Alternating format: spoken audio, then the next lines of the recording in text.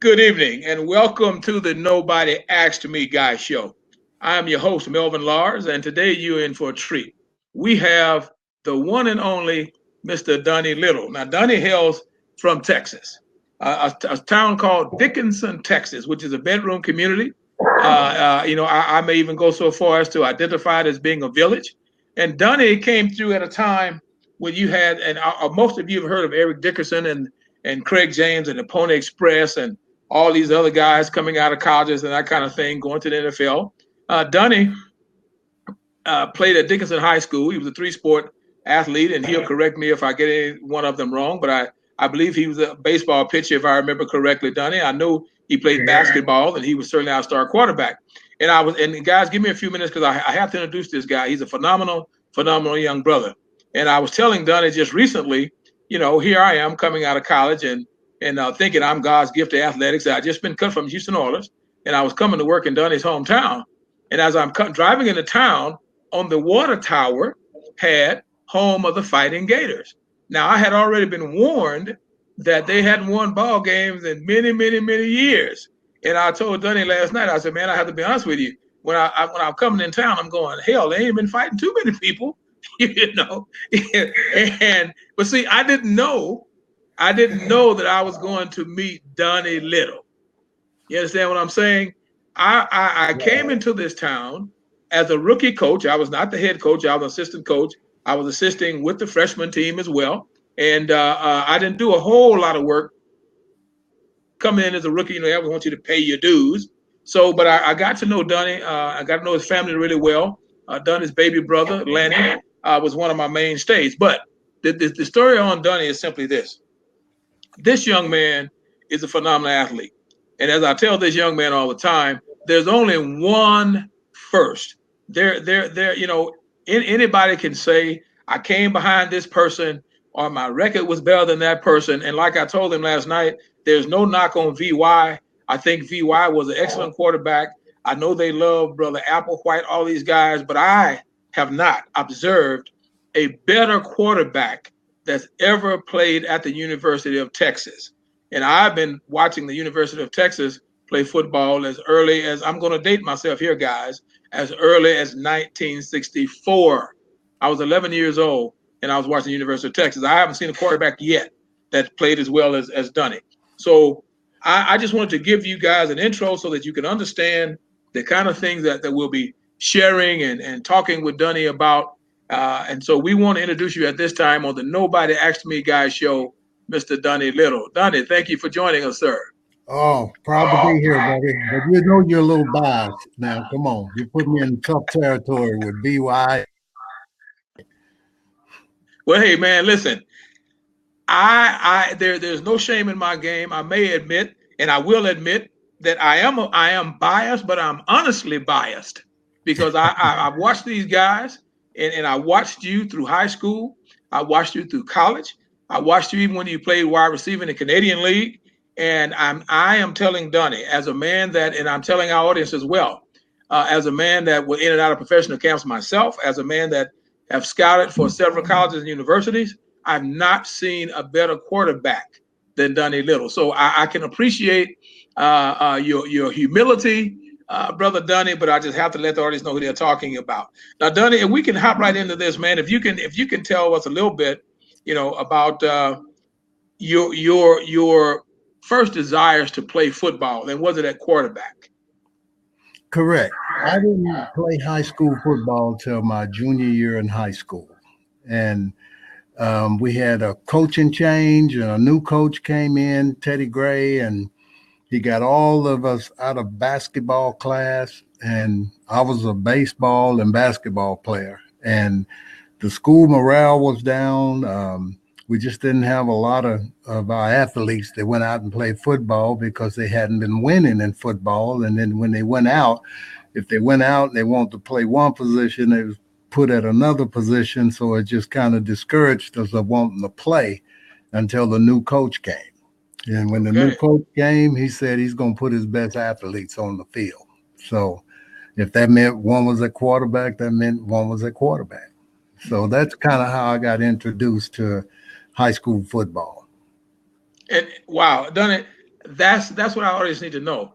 See, that's what's so phenomenal about your story is you weren't even playing football, and the very first year there, tell them what your record was your first year playing quarterback at a high school that hadn't won a ball game in the previous 8 or 9 years. We went 10-1 my first year, and we lost that in our second round or first round playoffs. And then obviously the next year we didn't like that taste. So the next year we came back and we lost the first game of the season, but then ran the table and won the state champion. Absolutely. Yeah. Okay, guys. Now, done it again. Done it said I was biased, but I want you guys to tell me, uh, is that a coach being biased? You have a young man that never played football competitively, comes out first season, goes undefeated, comes out next season, leads his team to a state championship. Now, see, that's a Hollywood script right there, Donnie. That's a Hollywood script. How many people do you know ever know that happening to? Not very, very many. And Don was saying that's a pretty great record, and I agree with him. And then, guys, to add excitement, not only was this man heavily recruited, people coming to see him, Fred Akers, I mean, the major college coaches. And then you had the legendary Eddie Robinson, who was foaming at the mouth. And I can tell this story. I don't want to get his coaches in trouble. So, Donnie, I'm not going to call their names. Don't do it. There were two coaches from Grambling that were supposed to come and see this young man and to convince him to come to. He always come to Grambling, and I don't know why they didn't get there, Donnie. So I won't malign them, but the rest is history. So as we move on, Donnie, I'd like just to dive right into this. As a high school quarterback, did you ever think that you would become a trailblazer and set a precedent by being the first African American quarterback to lead the Texas Longhorns? Honestly, I did not. I really didn't. When you're 17, 16, 17 years old, and what really got me more excited about coming to the University of Texas is when I visited other schools, they downplayed and told me 100 times that if I went to the University of Texas, they would not play me at quarterback, and that they were just using that as a torch to kind of get me there. They're going to move me to receiver or running back. And that had a negative thought on the school I was visiting, because I wanted them to tell me about their school and not downgrade the University of Texas. And I had a pretty good relationship with Coach Dabbs, who was recruiting me, and Charlie Lee and those guys, and Fred Akers. He told my parents in the living room that if I came there, I will play quarterback. And so that was a top issue or topic during the recruiting period. And so really some of the other schools made me consider UT even more so because of that negative vibration they were giving me about UT. And then after I came on my visit to UT, we had, I think, and there still may not be a record today, but we had the largest number of African American players that came to Texas in 1978. And when I say largest number in one class, being like, if they signed 20, we had 17 or 18 of us. So when we all came on our visit, we said, hey, this is where I'm coming. And then they were putting pressure on me. They're like, come on, you can come here. Come on, Donnie. And if you come, I'll come. And, so those things happen when you're with some of the top rated players in the state or in the world, and they come down and you're only there for 2 days to see them. But if you hit it off, you feel that vibe. And you're like, okay, I do like the campus. I do like what they showed me. I do like the education part. I do like the pretty girls walking around. So, let's go. Let's think about it. So we did.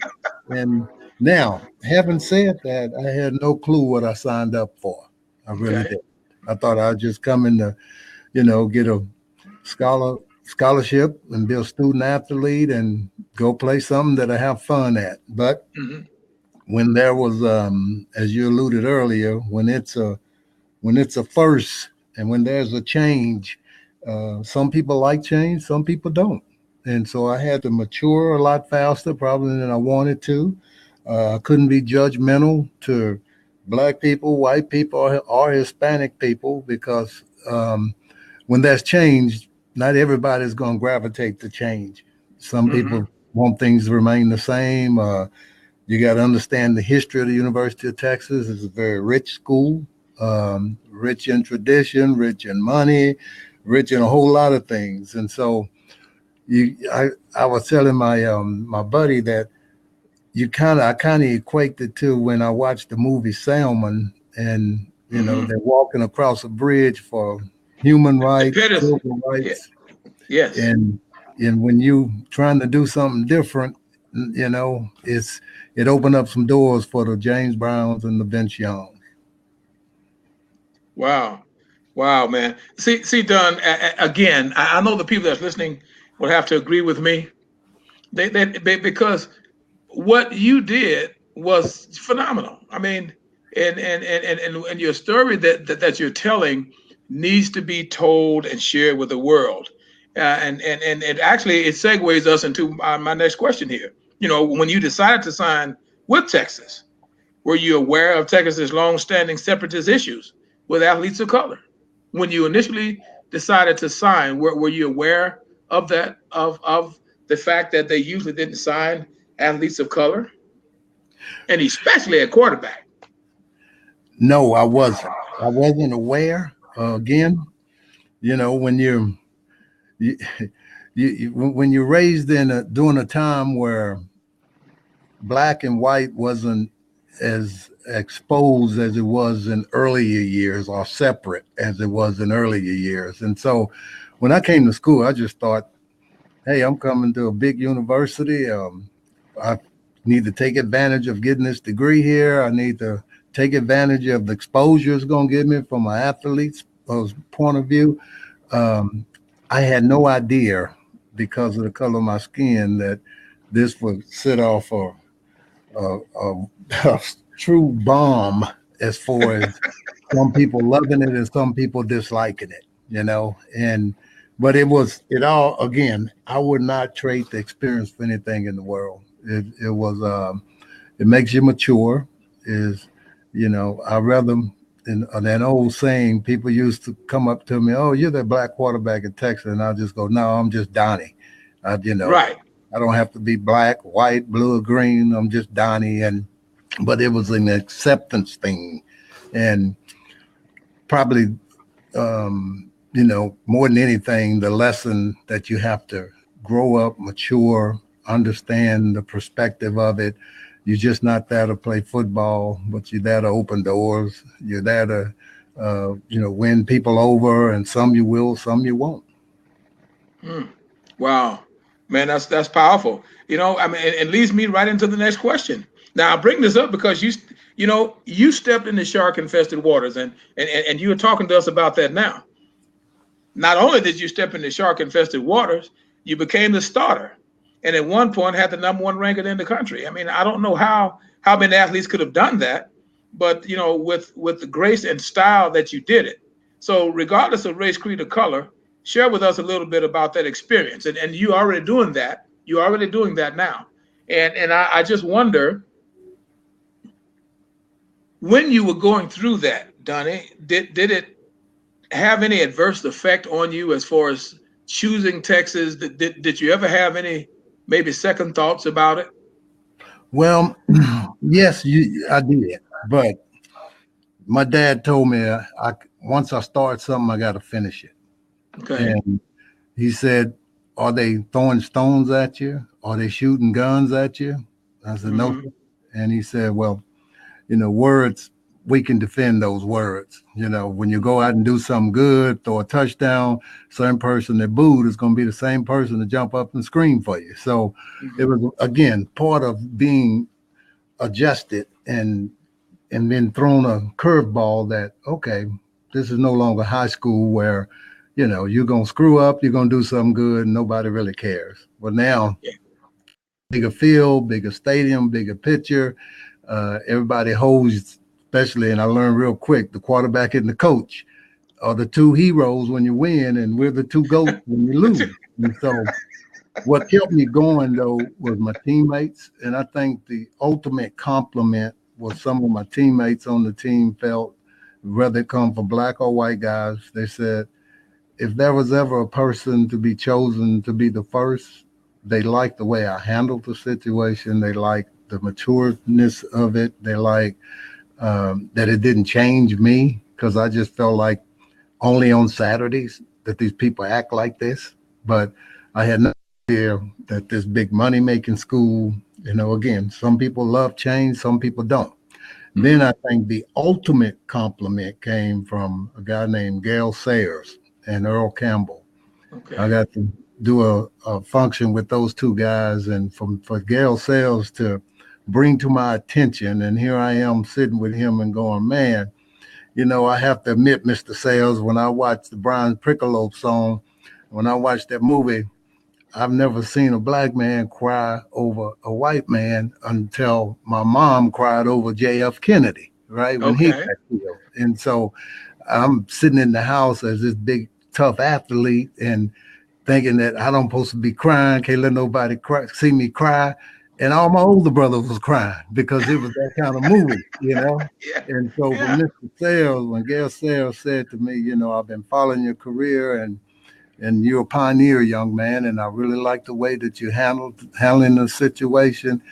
Nobody else could tell me nothing else. Gail Sales and told Okay. me what I needed to hear. And that was pretty powerful for him to be in Chicago or wherever he was living at the time and to tell me that he's followed that. And so it's pretty amazing that when I was coming up and I turn on the TV and I see OU playing Texas, well, because I'm looking for somebody that looked like me. And Yeah. OU had the black quarterbacks. And I was like, wow, I guess I should pull for that team. How Okay. ironic it is that when you grow up, now you want to be opposite. I want to be on that other team, that Texas team, because now they got Roosevelt Leaks, now they got Earl Campbell, and they got all these guys that look like me. And I'm Yeah. like, wow, now Texas is in the fold where it used to be U of H, OU, some of the schools that you could relate to that had someone that looked like you. And Yeah. and then my parents, when Fred Akers came, he did a great job of selling the university. He was very honest. He said, "I'm not black. I don't know what trials and tribulations you may go through, but we'll go through them together. I can never be your dad. You got a dad, but I can be a dad away from home." So, Mhm. and my heart goes out to Coach Akers because he stood true to all of that, and the whole time I was there. Wow. Man, that is powerful. And Donald is saying that was a tearjerker. That's powerful. And then Now, allow me a half a second just to say to our audience is I want them to feel free to ask any questions of you that they may have. We have a camera that's still open. We're holding one open for Dr. Vibe, but we do have one camera available. If someone like to come on and talk with us, please feel free to do so. But Don, I mean, hey man, you wow, this is powerful. I'm telling you, this is Hollywood stuff. This is Hollywood kind of stuff here, and you've already gone through number five. So let's just move on. Now, unfortunately, you sustained an injury that most of us felt cost you as the starter at the University of Texas. Now, how did this injury affect you? How did it affect you, the person? well, I never had an injury before, and to have one Okay. it sidelines you for a significant period of time. It don't take very long to get out of shape for football if you're not on the practice field and working to perfect your trade. And once Mm-hmm. that injury came, it was a falling arch, and it's something that just takes time. You can't come back too soon, and if you can't run, you can't play. And so Right. it was one of those weird injuries where I didn't have to have surgery or anything like that, but the arch had fallen and it just had to heal on its own time, and it just set me back for so long. Yeah, man. I can only imagine. Our brother James E. King has joined us. Brother King, if you have any questions for Brother Little, please feel free to ask the question, sir. Yes, sir. How you doing today, Mr. Little? I'm fine, Brother King. How are you? I'm fine. I have a podcast, and one of my members is actually an alumni from the University of Texas. And I'm kind of wondering, what was your reception from the alumni and from the boosters when you got to the University of Texas? Who would be the person that I would be with? No, Probably. no. What was their reaction to you? From my honestly, they kind of kept me shielded from a lot of that, but they were very receptive. Anyone that had any ties with the university, whether employee or associated in any way, um, I honestly looked for someone that looked like me, and I never really saw that. And so I leaned more. I just, kept my eyes open, mouth shut, and just tried to see who was legit and who wasn't, and who's in your corner or who's not in your corner. And, you just have that vibe that you raise with to know when you meet somebody that's got a good vibration or bad vibration. And, but having said that, my teammates, man, that's what really brought me through it. You know what I mean? Yeah, Wow. I have a definite understanding of that. What about when you went to some of the other schools, like the University of Alabama, or as you spoke of, even the Oklahoma University, and some of those schools? Well, they've had black quarterbacks before. And honestly, not just because the quarterback was black that you make your decision on, it's also how many years they got left. Did they have a good year? Were they a freshman and they're going to be a starter the next year coming in? That doesn't play much of a role nowadays. But even though you see kids that come in that want to transfer because the guy in front of them was playing really well and they want to play, but it really took a lot from U of H to UCLA to USC to see how many years of eligibility the starter has left, which would tell me if that's where I wanted to go there. I want to sit a year or two. I really didn't want to. I want to go in and play. But there's a lot of kids like me. We ain't ready, but that's what we want to do. So it's a whole lot of things that come into that decision making. Yeah. Okay. Does anyone else have any questions? Feel free to put them in the chat box over to the left, and I'll be sure to ask Brother Dunny those questions you might have done. Now, you ultimately switched to wide receiver after that injury. It wasn't long before that. And was this a difficult decision to make as far as switching to wide receiver, having wanted to participate as a quarterback for the University of Texas, having had led the team to the #1 ranking at one time at the University of Texas, being undefeated the whole nine, as you know, as one of the old coaches that was coaching on your high school staff, and we followed you religiously. And I'd like you to express, if you feel comfortable, did this happen? And was it difficult to make that decision to change to wide receiver? It was very difficult. The team was torn in half, and the only reason why we experimented with it, because in the spring ball we were going to more of a throwing offense, and at the time there was not very many African American quarterbacks in the NFL, and if I was to go there, I would go as a receiver. So that having that 1 year of experience to go into the NFL would be better than having no year's experience. So now from the team perspective, since we wound up keeping pretty much the same offense, they felt that we would have probably won the national championship, and we'd have done a lot better if I'd have stayed put where I was. But we felt the same way, but go ahead. But I had no way of knowing that. We went into the season thinking we were going to throw the ball more, and in reality, we did not. So, if hindsight would be different, I'll do things different. But at the time, I guess I was thinking being a little bit more selfish for myself, that if I needed this experience at the wide out before I can enhance my chances of being drafted. Okay. Excellent answer. Now, listen, Don wants to know if you had a chance to write a book about your experiences. No, sir, I have not. Okay, and I'm gonna follow up for Don, because I'm thinking that he'll probably ask you, have you ever thought about it? I've been asked before, but I just really, yes, I've thought about it, but I haven't, never got to that point. Okay, okay, okay. Listen, now, do you feel that your teammates, and actually you've answered that question. I wanted to ask you about your teammates and were they supportive and that kind of thing, with you having been their leader and leading them forward. So you've shared with us already the team really became kind of splintered, and that is to be expected. Now, also, as I'm saying that, Donald is in agreement with me. He's saying, I would like to see this story on the big screen.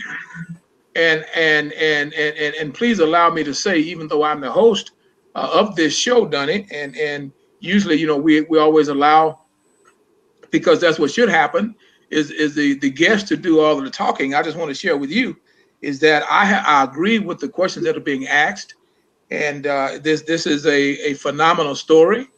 And it's just something that does need to be on the big screen. It does. And people need to know, because trailblazers are special. I don't care what people say. Trailblazers are special. Being the first is always special. And all the things that go along behind the scene. And you said something when Brother King asked you about people waiting to greet you. And you said, well, I was looking for someone that looked like me.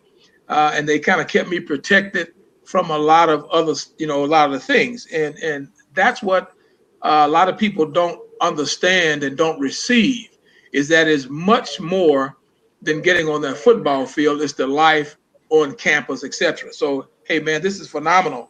Anyone have any other questions? I'm going to move on with the questions that we have. But if you have questions, please feel free to ask. Brother King, if you have other questions, please feel free to ask. We have many other people that are on here with us, by the way, Donnie. They're just watching. They're not asking questions. But if anyone have any questions, feel free. Donnie, I'd like to ask you, you mentioned how you had to switch over to wide receiver because of your injury. But we do see a lot of quarterbacks that are coming out of major colleges before the NFL decides to put them on the team. They kind of give them this speech about, maybe they have to change positions and whatnot. You seem to have went through that many years before. So do you see any change in the NFL really regarding a black man as a viable quarterback, unless he is really, really exceptional? And I point to the Colin Kaepernick situation as an example. That's a good point. Yes, I have seen change. Now keep in mind, when I came through, there was Doug Williams, James Harris, Joe Gilliam. That was pretty much it. Now you need two hands to start counting how many brothers in the NFL. It's the opportunity. I really thought last year when Baltimore took the kid Jackson that they would put him on the field, but put him on the field kind of like Pittsburgh did when they got the kid from Colorado, make him a quarterback and a receiver. And but Jackson, God, he took that team to another level, and he's just going to get better. So opportunities are a lot more for people, African Americans at quarterback. And hats off to Colin Kaepernick for doing what he's doing. I totally believe in what his stance is about. It's not about kneeling for the national anthem. It's more about he's giving his respect to that Black Lives Matter. and there's nothing wrong with that, you know. And it's a great time for young African American players to play quarterback because of the success of guys that are playing now. And you know, there's a stereotype: can you read defenses? Can you throw the ball? As much success as Cam Newton has had, he still get a lot of criticism because he's not as consistent as an Aaron Rodgers is, you know. But the guy can throw the ball. He's a one heck of a type of a guy as far as how big he is, you know. And but he been to the Super Bowl and he probably will get back there before his career is over. So the opportunity is definitely there. It's just once they get in that seat, it's not always all about how well you're performing on the field. You got to take care of your stuff outside the field. You got to make sure that you're living a modest, good life because you're more than just a role model now. You know, they put you on this premium and on this spectacle that you got to perform. Not when you're just playing football. You got to carry yourself pretty close to. Nobody's perfect, but decent off the field. That plays a bigger part than being how much talent you got. How do you think you would have survived under the current social media environment? It'd have been different. You know, cell phones wasn't even out when I played. They might have had a pager. It'd have been totally different, Brother King. It's just the social media is what it is now. You know, it could be helpful, but it could be dangerous at the same time if you don't use it the right way. You know what? So speaking of social media, now, and brother King, thank you for those questions, man. And feel free, you can always ask more. But I just want to get Don was wondering, Donnie, he was wanting to know, did you meet many friends, regardless of color, when you were at the University of Houston? And I'll elaborate a little bit further. We know friend can be relative, but as far as acquaintances and people that you got to know when you were at the University of Texas. When you come as a student athlete, you're already kind of in a fraternity. And so, you know, you dressed in, we had over 70, 80 players. And I really think after 20, 30 plus years later, I was telling my buddy, my new friend, by the way, you know, I'm at the Independent School District Athletics Department, and a good friend of mine, Greg Priest, is our athletic director, and he's doing great things. Yeah, we're gonna talk about that too. We'll get back we're gonna talk about your new position. But please continue. But when you're in a football program, everything is pretty much scrutinized down to your classes. Your day is made up to when you have meetings, when you eat lunch. You're in a football locker room with 80 different thumbprints. And I think the ultimate compliment is that when you treat the top guy on the team, whether it be Johnny Lamb Jones or Earl Campbell, and you treat the walk-on the same way you treat the top guy, that's the ultimate respect that you can get, because you don't put yourself above people. You put yourself on the same level with people, and they respect you and they'll do anything for you. So relationships there that's the beautiful thing of being in sports. You don't judge people. J.C. Watson always said, man, when we get in the huddle, I'm not asking the white guy or the black guy, are you Jewish? Are you Catholic? What are you? We trying to execute a play, and everybody got to be on the same fold. And these guys, that's what sports does, brings relationships that you carry on for the rest of your life. Excellent. Listen, I know our listeners want to know, what were your academic pursuits at the university? Was it history, math? I don't know. Can you share with us a little bit, please? Because I'm going to let the cat out the bag for our audience, Donnie. Donnie, by the way, ladies and gentlemen, is an excellent singer.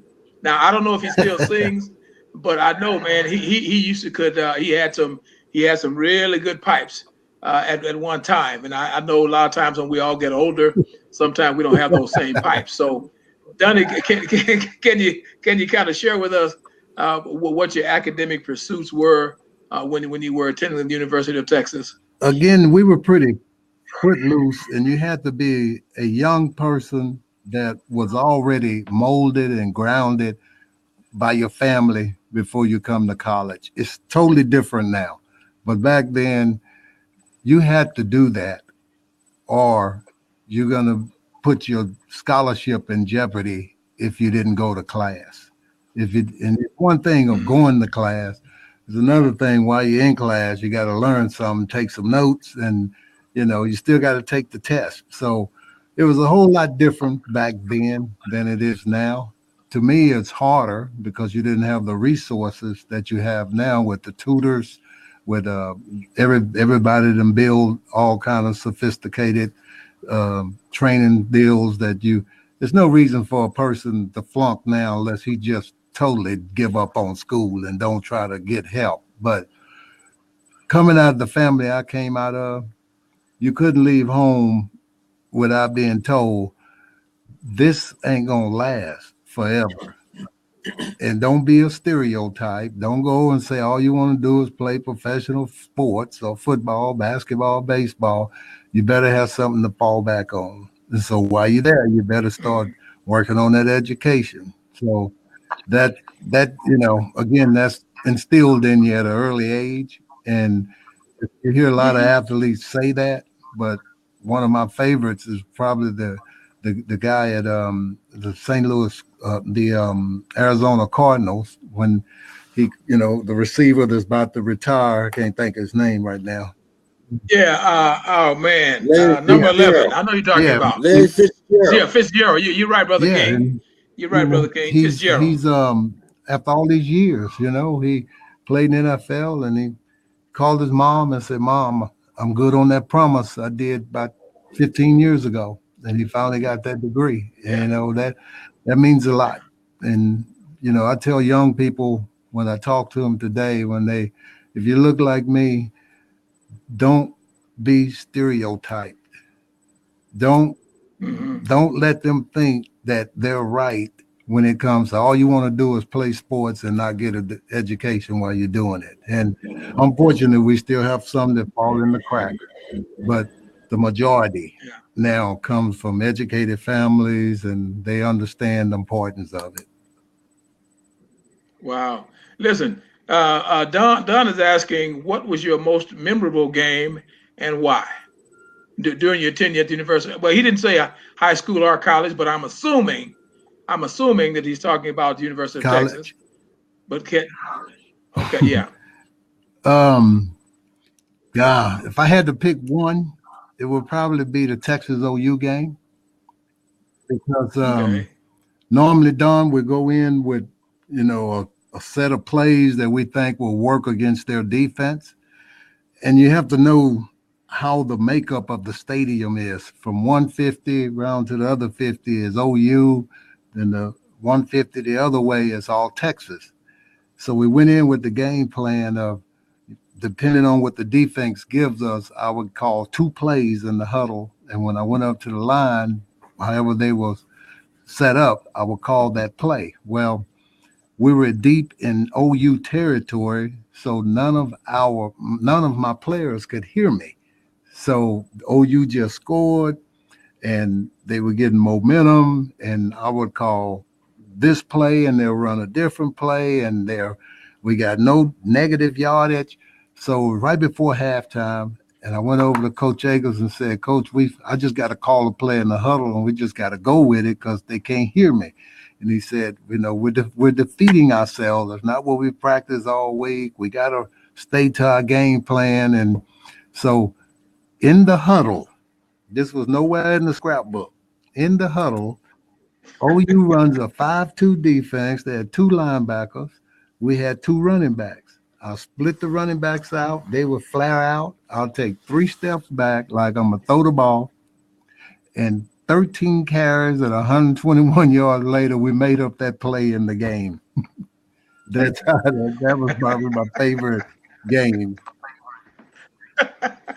We made it. That's cool, man. Hey, I remember that play. Wow. See, that's why I'm trying to contain myself because see, I followed your career all your life, and I remember that play, and so I don't want to be again, the host that's enjoying the conversation because you have a lot of viewers here. But listen, brother King, or if anyone rest of you, as we get ready to wind this thing down, if you have any other questions, please feel free.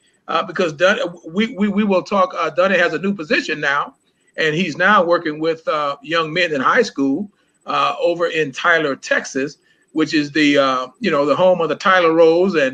And Dunny, this is a story that I have to laugh about all the time. My cousin Earl Campbell, whom I can't seem to make contact with, was an icon at that school as well. But as we get ready to wind this thing down, we're gonna ask Dunny to talk to us a little bit about his new position at John Tyler. But before I do that, Dunny, Rich Roberts is saying, what are your thoughts on the new AAF and opportunity it may present? There's a new football league now called AAF, and I don't know if you've had an opportunity yet to check that out, but he's asking about your opinion and what do you think about it? Are the opportunities that may come from that new league? I think it's wonderful. I think it's great. And that's the sad story about so many kids are hoping to make it in the NFL, and only 45 to 50 is going to be on a team, but you got at least 45,000 that's trying out that wants to play. So this will establish an opportunity for guys who may have been the last cut or right in that last 45 to 50 range, and it's sponsored by the NFL. So they do well there. They be on somebody's roster. I think it's awesome. It's a great opportunity. Great, great. Brother King, before we talk about John Tyler, any last question, brother? Uh, First of all, congratulations on your new position. Thank you. Uh, Sir, do you find that today's youth have the same determination to succeed as past generations, such as yours and mine? That's a great question, Don, but some are and some are not. And because they have too many options, some I can look no further than my own. I just like to I didn't have Nintendo and all the PlayStations. If you were gonna be an athlete, it was something we worked at every day, whether it was football season, then you went to basketball, then you went to baseball, then track. And now the two sports I never played are the two sports I love, which is tennis and golf. So the opportunities is too many options for young people. Me and my boss and good friend, we're constantly talking about how we gotta start these kids off in the middle schools. We got to start putting a ball and glove in their hand, or put a basketball or football. They just got so many other opportunities to do stuff in the house. When it's 100 degrees outside, they don't go outside. When it's 100 degrees outside, we're cutting grass. You had to do your chores. And I understand the heat ain't what it is today, what it was then, but still, if you want to be a college or a collegiate football, basketball, baseball player, you don't take no time off nowadays. It's a year-round thing. And so they have to put a lot of more work into it, where the old school athlete like a Sanders or a Bo Jackson, who can do two or three sports, they were just phenomenal. They work their trade when football season ends. They work it when basketball. They work it with football. So I like the old school guy because he worked at it. What the new school guy, he don't get that opportunity because everybody is perfecting their skill for the sport that they're in now, and it's hard to work on two of them. Donnie, our friend Don is saying that they are pampered snowflakes. Now I'm not touching that one, but that's what Dunn is sharing. And Robert Rich is said he is very tried and good perspective, and he's thanking you for your answer. And Don again is saying, he think your career has been amazing. So, and I agree with him as well. Listen, share with us a little bit as we prepare to close, a little bit about your new position there at John Tyler. Well, let me go back to when you asked me about relationships. This is a relationship. My Yes. guy, Greg Priest, is over all the Tyler. We got 3 high schools, John Tyler, Robert E. Lee, and a technology school, and 5 middle schools. And this guy doesn't look like me, but because he doesn't look like me, don't mean we can't love each other the same way. This guy is Yeah. taking a leaf. He's taking the oath to help kids invest into their future, their education, and he goes beyond that. When I say kids, all kids, ones that look like us and everybody else. And that's what drew me back here because the relationship with him and watching him thrive and watching him do what he does and watch him sincerely care about our young people, that they not only get an education, but they at least go out, try sports. Because a lot of it, when you leave high school, you don't get that opportunity no more. Some will and some won't. Mhm. But just to invest in their future and give them an opportunity. It's one thing to hold a title, but it's another thing to have that title and go out and do the job. And that's what I respect, and that's why I'm here to help him in any way I can. Absolutely, brother. Hey, listen, Donnie, it's been great. I know you have to get on the road to get back to Austin, and I just want to thank you so much, man, for coming on and sharing with us. And you and I will be in constant contact. But again, I'm agreeing with Rich and Robert and Brother King and all the guys, man. It's a fantastic, fantastic story. This needs to be put on wax. There needs to be a book. So, man, hey, listen, you are a phenomenon, brother, and I'm sure that the people at entirely ISD is going to be well rewarded with having you there with them Well, I appreciate it, because guys. yeah, hey man, listen. I'm telling you, Brother King wasn't on at the time. Thank you, Don. Brother King wasn't on at the time, but Brother King just as we shut down, Dunny didn't even start playing football until his junior year. His first season, he comes out, he goes undefeated. Second year, he wins the state championship, and the rest is history. Going to the University of Texas, and he talks strongly about that. And I don't want to tarnish that, Dunny, but Brother King, Dunny and I had a lot of conversations, and Coach Eddie Robinson has passed on, but we were hoping that Dunny would choose Grambling, and Coach Eddie Robinson wanted Dunny really, really badly, but unfortunately, they didn't follow Coach Robs' instructions, and I'm not going to call names because at that time I was scouting for Grambling, but I was working in Texas, and they drug their feet, and so now Dunny is, and that's the way it was meant to be. I'm sorry, but now, even though I hate he didn't go to Grambling, that was what was intended because he's a trailblazer. He has a fantastic story. So many great things have happened to him and is happening to him in his life. So I just want to take my hat off to Mr. Dunny Little for being the man that he is, to growing up into the man that he is. And I know your twins are happy to have you as a dad. And I know the missus is happy to have you as her spouse. So we're great, and we're very appreciative and happy that you're here. And please say hello to your friend for us.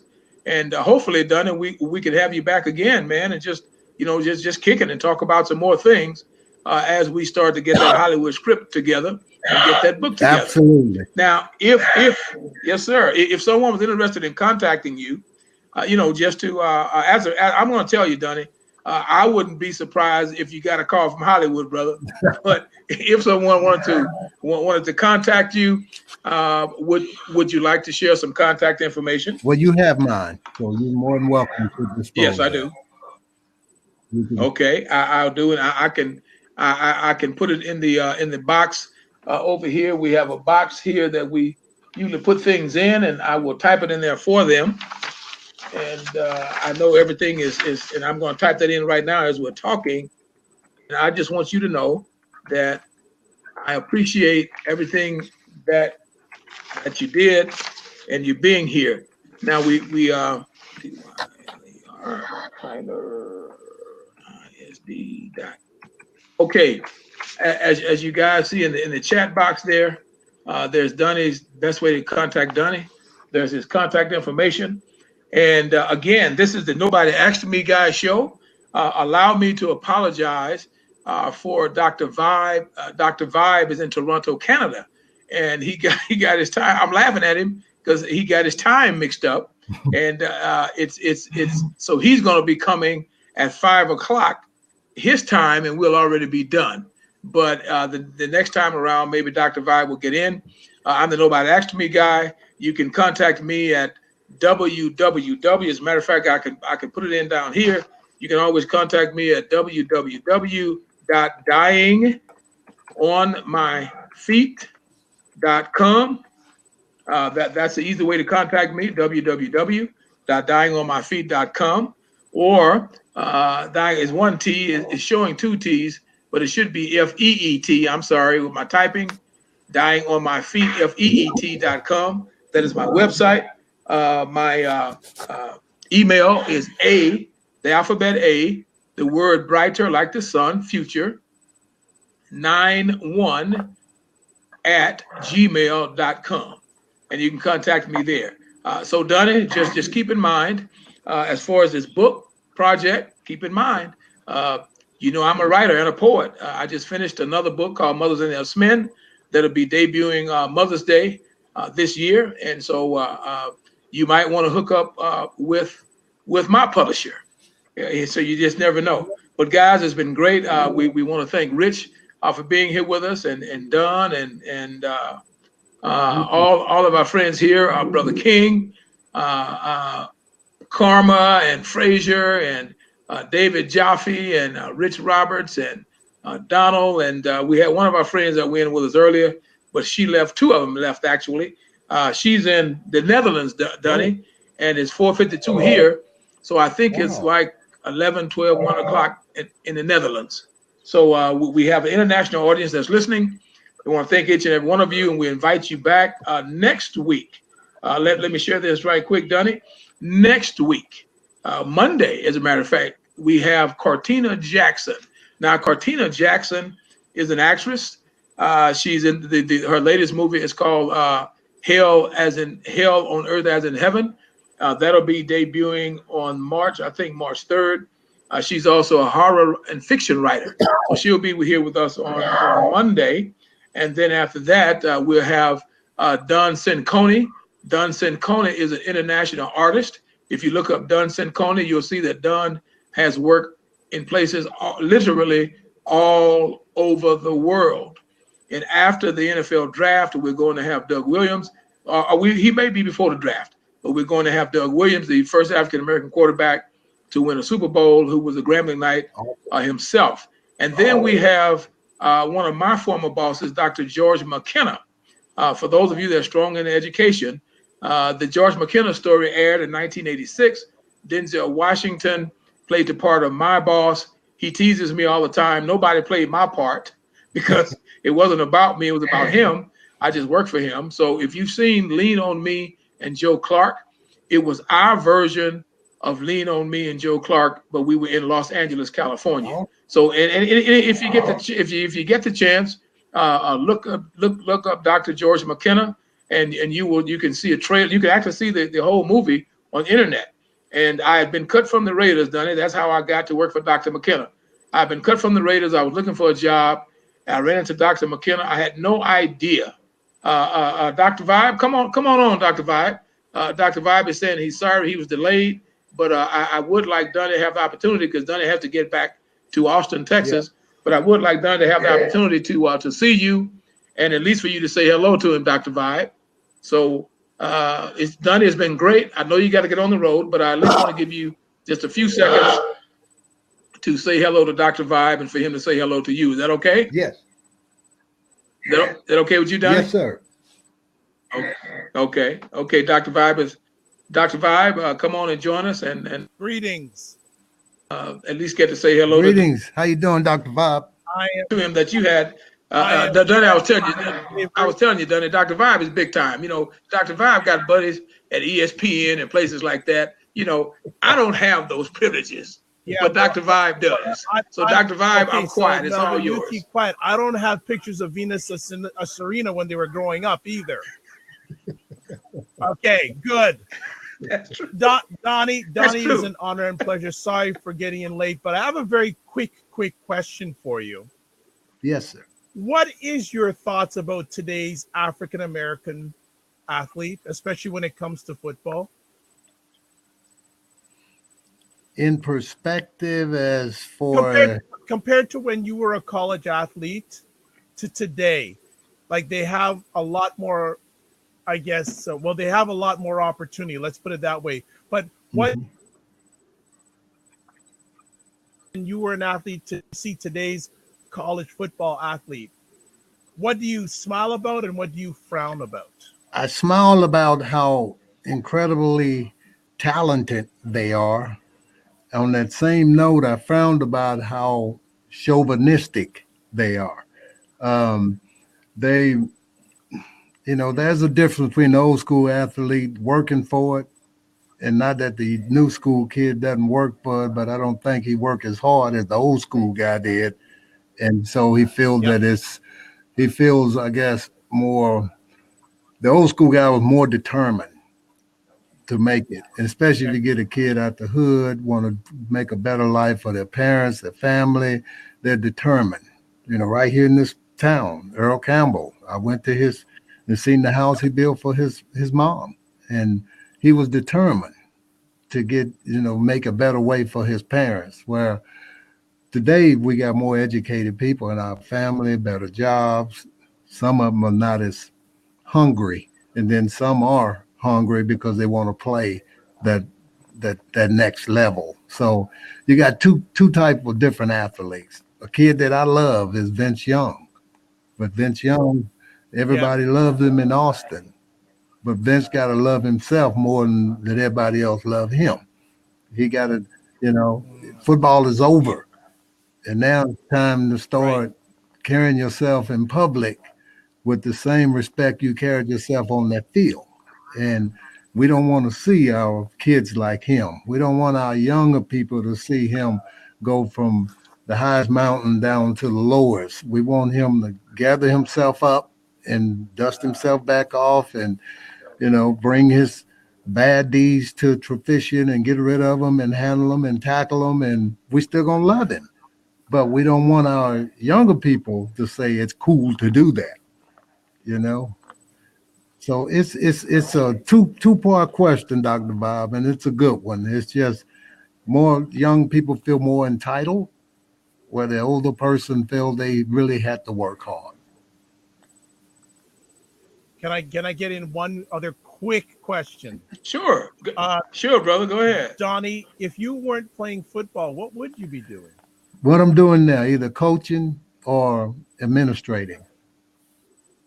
Okay, so that leads me to a point, and I guess you're reading my mind. Why isn't there more black coaches in the NCAA? Why it isn't? Yes, why aren't there more? That's a good question. That's a good question, and you and I both know it's because of who hold the seat. Yeah, Who understood. hold that seat to get them in. I mean, look at the NFL. How many were let go this year? Yep, Then how do you exactly. justify a coach at Texas Tech that won 3, 4, 5 games and he become a head coach over a guy that's been Yeah, in the league 30 plus years with all that experience?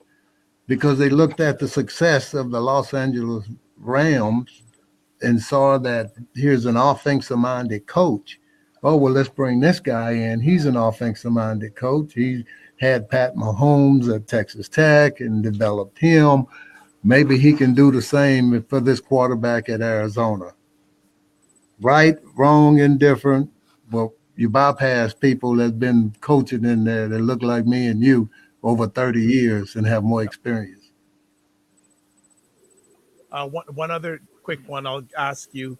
What is the greatest thing sports has done for you? Relationships. and open doors that I might not can Wow. get in. I like that. Wow. That's Wow. Yeah. that's fantastic. That's strong.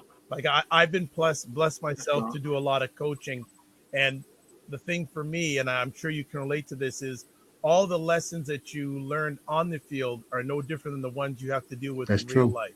That's true. That is true. Dr. Bob, we're gonna have to have another show.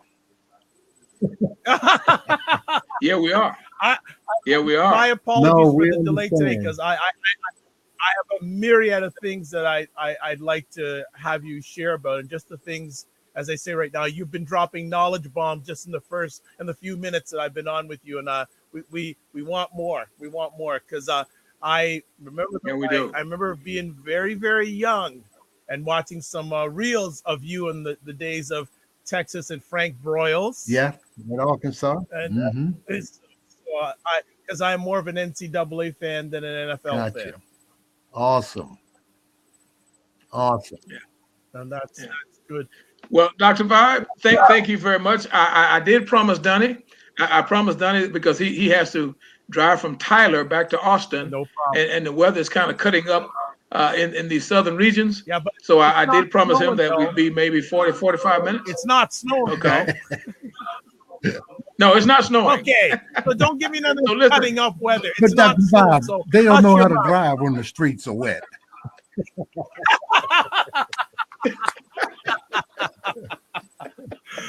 I received that, Donnie. I received that. Go ahead. Sorry, Melvin. Had to get some humor in there. No, man.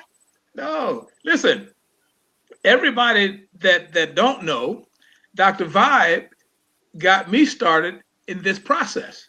Dr. Vibe is the real guru, and he and I were to be co-hosting today, and unfortunately, he was held up. So when as he's apologizing to me, understand something. I am his student. He is my teacher. So I respect his humility. We do it together. We work. So Donnie, We work together and we win together, just like on the football field. That's awesome. yes, That's sir. awesome. Yes, sir. So in closing, guys, Robert Rich is thanking Donnie for his comments, and also Don is saying Dr. Vibe. Rich is saying, I know Dr. Vibe can see this, but listen, and we also have Brother King that came in with us today, Dr. Vibe, and we want to thank him as well. Yes. We want to thank all of those of you that are listening. And I've already run down our schedule. And Donnie, we will let you go. We appreciate you being here, and we want you to be safe and arrive in Austin safely.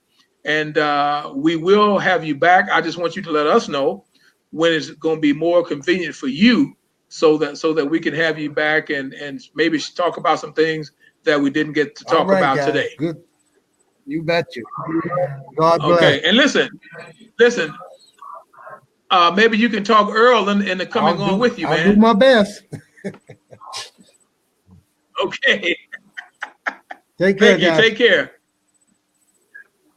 Be safe. Travel good, Donnie.